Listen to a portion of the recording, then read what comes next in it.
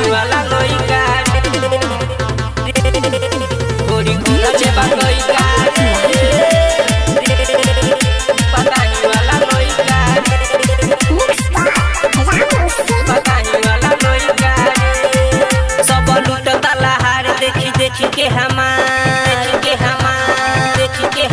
सब लुटता लहार देखी देखी के हमार कहता सुन हई गारे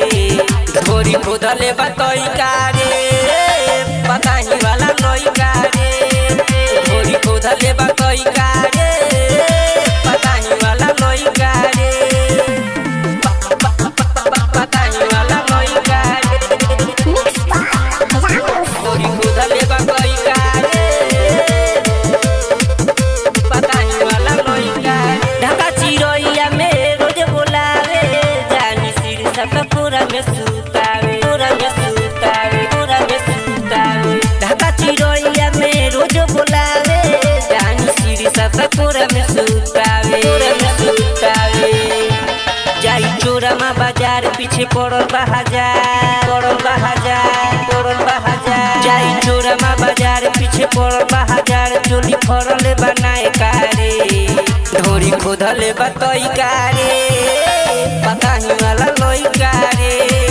ढोरी खोदले बा लइका रे बताही वाला लइका रे बताही वाला लइका रे ढोरी खोदले बा लइका रे बताही वाला लइका पटी दुकान में हो जाला हाला जानी बखरी त मार देला भाला पटी दुकान में हो जाला हाला जानी बखरी त मार देला भाला पूछे अरुण रसिक हमरा चुमा के फीस पूछे अरुण रसिक हमरा चुमा के फीस बबलू नोट देले नाय कारे गोरी खोदले बा लइका रे बताही वाला लइका रे गोरी खोदले बा लइका रे